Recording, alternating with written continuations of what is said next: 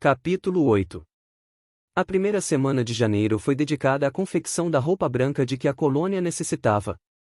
As agulhas encontradas no baú funcionaram entre dedos vigorosos, quando não delicados, e podemos afirmar que o que foi costurado foi de maneira inconsútil. Linha era o que não faltava, graças à ideia de Cyrus Smith de reaproveitar a já empregada na costura das faixas do aeróstato. Estas foram descosturadas com admirável paciência por Gedeon Spiley Arber, já que Pencroff fora obrigado a desistir da tarefa, que o enfadava sobremaneira, na hora de costurar, porém, ninguém rivalizou com ele. Com efeito, não há quem ignore que os marujos têm uma notável aptidão para a profissão de costureiro. Os pedaços de lona que compunham o envelope do aeróstato foram em seguida limpos com sódio e potássio, obtidos com a incineração de plantas, de tal maneira que o algodão, livre do verniz, recuperou sua flexibilidade e elasticidade naturais. Em seguida, submetido à ação descolorante da atmosfera, adquiriu uma alvura perfeita. Algumas dúzias de camisas e meias, estas não de tricô, naturalmente, mas feitas de lonas costuradas, foram assim confeccionadas. Que satisfação para os colonos vestir finalmente roupa branca bem rude, sem dúvida, mas havia mais com que se preocupar e deitar sobre lençóis, que transformaram os colchonetes de Granite House em camas absolutamente sérias. Foi também por essa época que confeccionaram calçados em couro de foca, que vieram substituir na hora certa os sapatos e botas trazidos da América. Os novos calçados, largos e folgados, jamais causariam bolhas nos pés que os calçavam. O calor não deu trégua no início de 1866, mas as caçadas na mata não foram interrompidas.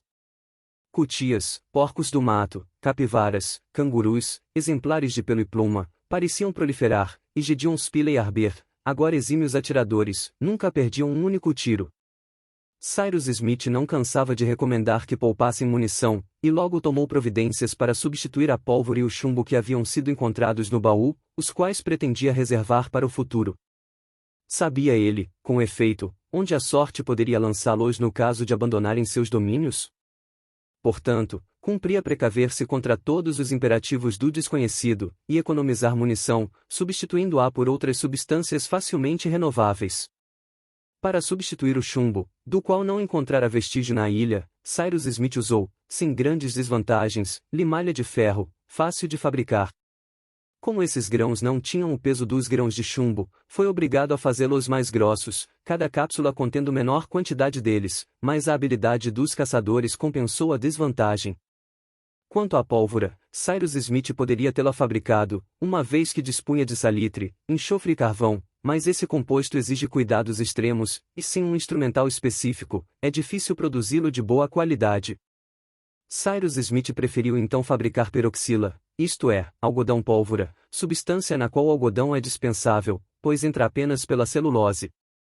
A celulose não passa de um tecido elementar dos vegetais, encontrando-se praticamente em estado puro não apenas no algodão, como também nas fibras têxteis do cânhamo e do linho, no papel, na roupa velha, na medula do sabugueiro etc. Ora, sabugueiros, precisamente, abundavam na ilha, na direção da foz do Córrego Vermelho, e os colonos já usavam, à guisa de café, as bagas desses arbustos, que pertencem à família das caprifoliáceas. Portanto, bastava colher aquela celulose, isto é, a medula do sabugueiro, e, quanto a outra substância necessária à fabricação da peroxila, era simplesmente ácido nítrico fumegante. Como dispunha de ácido sulfúrico, Cyrus Smith não teria dificuldade para fabricar ácido nítrico, extraindo o salitre que a natureza lhe fornecia.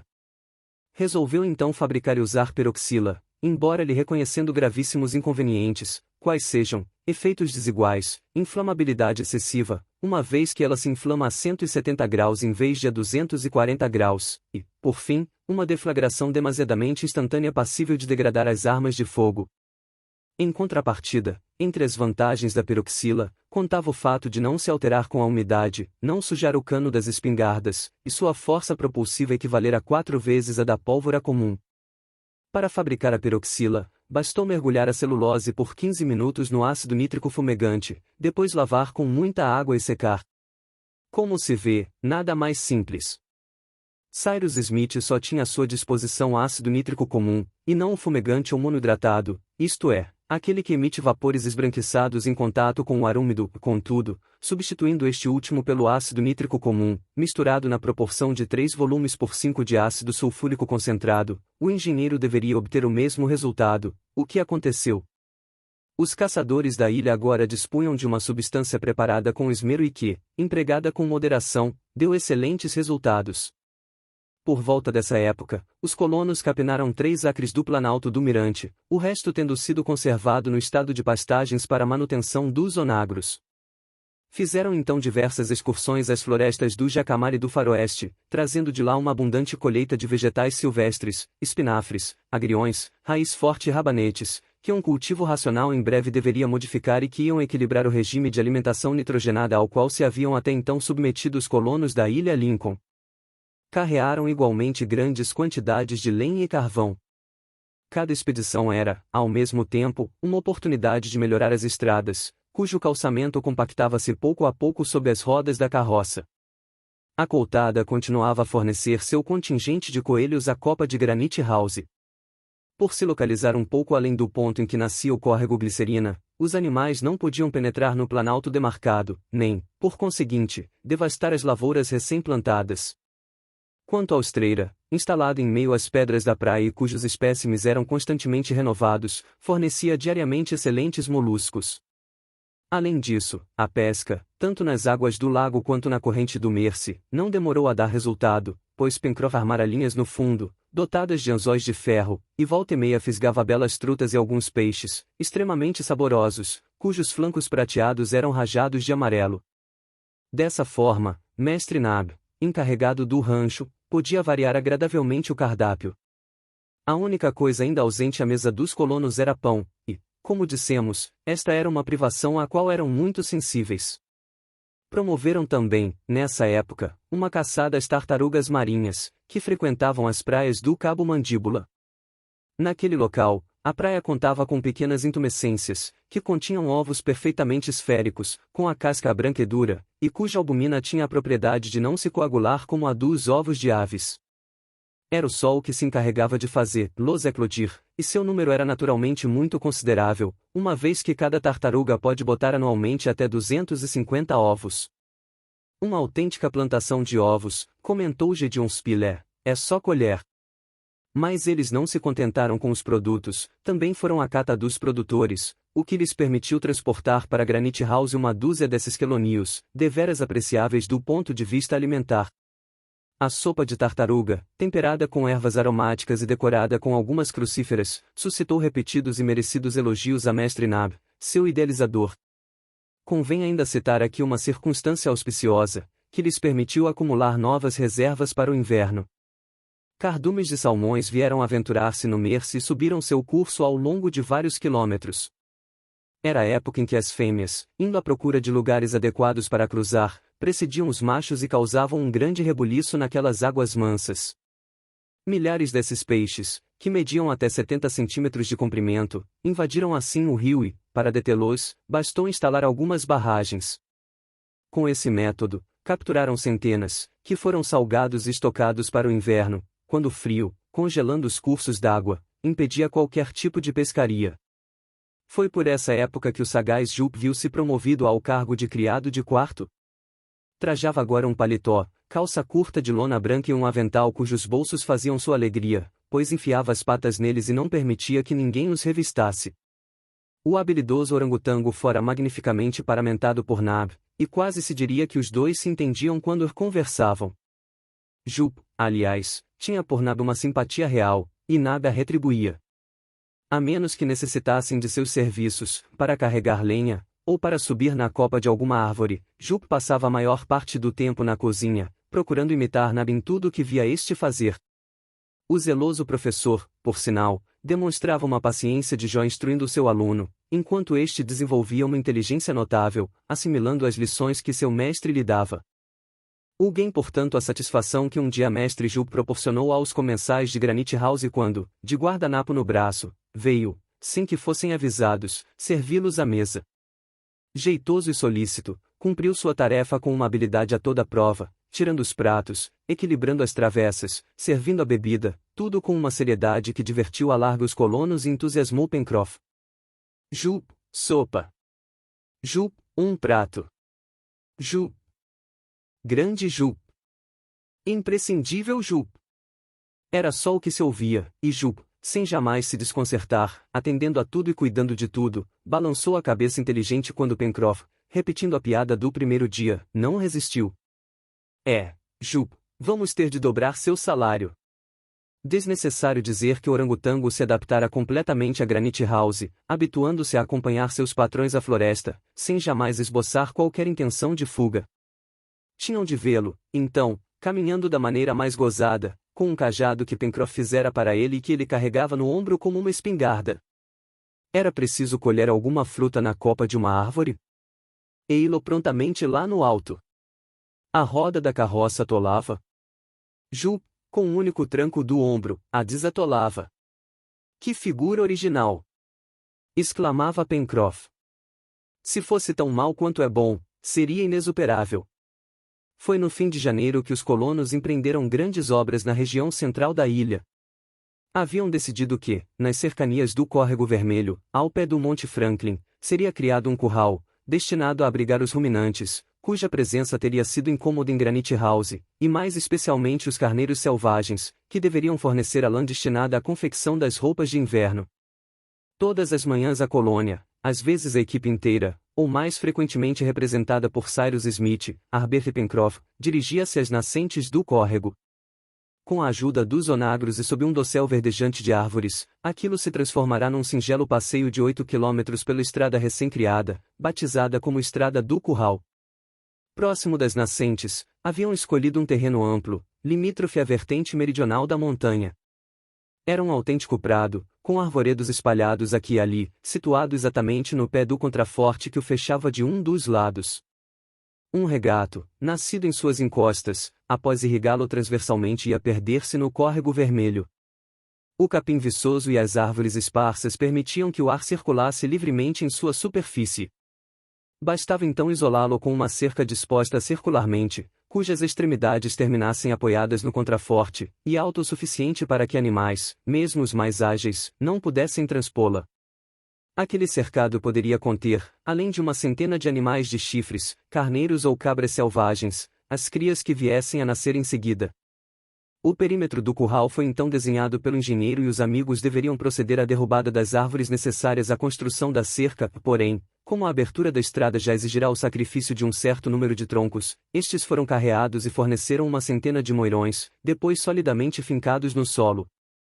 Na parte frontal do cercado, uma entrada larga foi construída e fechada por um portão de 2 batentes feito com grossas chapas de madeira, que ainda iam receber ferrolhos externos. A construção desse curral levou não menos de 3 semanas, pois, além das obras da cerca, Cyrus Smith construiu amplos alpendres de madeira, sob os quais os ruminantes poderiam se proteger. Aliás, fizeram questão de construí-los bem sólidos, uma vez que carneiros selvagens são robustos animais e era de se recear que a princípio se rebelassem. Os moirões, pontiagudos na extremidade superior, endurecida com fogo, haviam sido acoplados por meio de través cavilhadas, e intervaladamente, calços garantiam a firmeza do conjunto. Terminada a construção do curral, restava efetuar uma grande batida ao pé do Monte Franklin, nas pastagens frequentadas pelos ruminantes. Essa operação foi realizada no dia 7 de fevereiro, num belo dia de verão, e todos tomaram parte dela. Os 2 onagros, já amestrados, montados por Gédéon Spilett e Harbert, prestaram grandes serviços naquela circunstância. A manobra consistia unicamente em juntar carneiros e cabras, apertando pouco a pouco o cerco ao seu redor. Assim, Cyrus Smith, Pencroff, Nab e Jup posicionaram-se em diversos pontos da mata, enquanto os 2 cavaleiros e Top galopavam num raio de 800 metros em torno do curral. Os carneiros selvagens eram numerosos nessa região da ilha. Belos animais, do tamanho digamos, os chifres mais fortes que os do carneiro doméstico, o tosão cinza e um pelo comprido, assemelhavam-se a argalis. Fatigante dia de caça. Quantas idas e vindas, carreiras em todas as direções, gritos proferidos. Dos 100 carneiros arrebanhados, mais de 2/3 escaparam dos vaqueiros, no fim, contudo, cerca de 30 carneiros e 10 cabras selvagens, pouco a pouco empurrados para o curral, cuja porta aberta parecia lhes oferecer uma saída, lá entraram e foram capturados. Em suma, o resultado foi satisfatório e os colonos não tinham do que se queixar. A maior parte dos carneiros era composta de fêmeas, algumas das quais não demoraram a parir. Logo, não havia dúvida de que o rebanho prosperaria e que não apenas a lã como também as peles abundariam dentro em pouco. Aquela noite, os caçadores chegaram extenuados a Granite House, o que não os impediu de correrem para visitar o curral no dia seguinte. Os prisioneiros bem que haviam tentado derrubar a cerca, porém, havendo fracassado, não demoraram a sossegar. Durante esse mês de fevereiro, não aconteceu nenhum incidente significativo. O trabalho diário prosseguia metodicamente, ao mesmo tempo em que as estradas do Curral e de Porto Balão recebiam melhorias, uma terceira foi aberta, a qual, partindo do cercado, levava à costa ocidental. A região ainda inexplorada da ilha Lincoln continuava a ser a das extensas matas que cobriam a Península Serpentina, covil das feras, que Gideon Spilett pretendia expurgar de seus domínios. Antes que a estação fria voltasse, os colonos intensificaram os cuidados dispensados à cultura das mudas silvestres transplantadas da floresta para o planalto do Mirante. Harbert nunca voltava de uma excursão sem trazer alguns vegetais úteis. Um dia, eram espécimes da tribo das chicoriáceas, cuja semente espremida fornecia um óleo excelente, noutro, era uma azedinha comum, cujas propriedades antiescorbúticas não eram de se desdenhar, noutro, alguns desses preciosos tubérculos cultivados em todos os tempos na América Meridional, as batatas, das quais hoje se conhecem mais de 200 espécies. A horta, agora bem cuidada, regada e defendida contra as aves, dividia-se em pequenos canteiros, onde cresciam alface, batata roxa, azeda, rabanete, raiz forte e outras crucíferas. O solo no Planalto era prodigiosamente fértil, e tudo anunciava colheitas abundantes. Bebidas variadas tampouco faltavam aos colonos, e, a não ser pela ausência do vinho, os mais exigentes não tinham do que se queixar. Ao chá de oswego fornecido pelas monardas dídimas, e ao licor fermentado extraído das raízes do dragoeiro, Cyrus Smith acrescentaram uma autêntica cerveja, produzida com brotos da Abies nigra, que, depois de fervidos e fermentados, geraram essa bebida agradável e particularmente higiênica que os anglo-americanos chamam de spring beer, isto é, cerveja de pinheiro. Perto do fim do verão, o terreiro contava com um belo casal de abetardas, aves pertencentes à espécie ubara, que se caracteriza por um tipo de manto de plumas, uma dúzia de patos trombeteiros, cuja mandíbula superior era prolongada de ambos os lados por um apêndice membranoso, e magníficos galos de crista, com a crista, a carúncula e a epiderme negras, semelhantes aos galos de Moçambique, pavoneando-se à beira do lago. Como se vê, tudo prosperava, graças à atividade daqueles homens corajosos e inteligentes. Sem dúvida contavam com o auxílio da providência, porém, fiéis ao grande preceito, primeiro ajudavam-se mutuamente para depois serem ajudados pelo céu. Encerradas essas escaldantes jornadas de verão, à noite, quando se anunciava a brisa marinha, eles gostavam de sentar na orla do Planalto do Mirante, sob uma espécie de caramanchão forrado de trepadeiras. Ali, conversavam, instruíam-se mutuamente, faziam planos, e o inesgotável bom humor do marujo alegrava incessantemente esse pequeno mundo, no qual jamais deixará de reinar a mais perfeita harmonia. Falavam também da pátria, os Estados Unidos, tão querida e imensa. Qual teria sido o desfecho da Guerra de Secessão? Evidentemente esta não teria se estendido. Richmond caíra prontamente, sem dúvida, nas mãos do general Grant. A tomada da capital dos confederados de certo fora o último ato da funesta luta. E o norte triunfara pela boa causa. Ah! Como um jornal teria sido bem recebido pelos exilados da ilha Lincoln. Já havia 11 meses que toda a comunicação entre eles e o resto dos homens fora interrompida e, em breve, no dia 24 de março, completaria um ano desde que o balão os lançara naquela terra desconhecida. Naquele momento não passavam de náufragos, não sabiam sequer se conseguiriam salvar dos elementos suas míseras vidas. E agora, graças ao conhecimento de seu chefe, graças à inteligência de todos, eram verdadeiros colonos, equipados com armas, ferramentas e instrumentos, que haviam transformado, em benefício próprio, os animais, as plantas e os minerais da ilha, isto é, os três reinos da natureza. Sim. Conversavam muito sobre todas essas coisas e ainda faziam planos para o futuro. Quanto a Cyrus Smith, a maior parte do tempo silencioso, costumava mais ouvir a seus companheiros do que falar. Às vezes, sorria de alguma reflexão de Arbir, de alguma tirada de Pencroff, porém, a todo instante onde quer que estivesse, meditava naqueles fatos inexplicáveis, naquele estranho enigma cujo segredo ainda lhe escapava.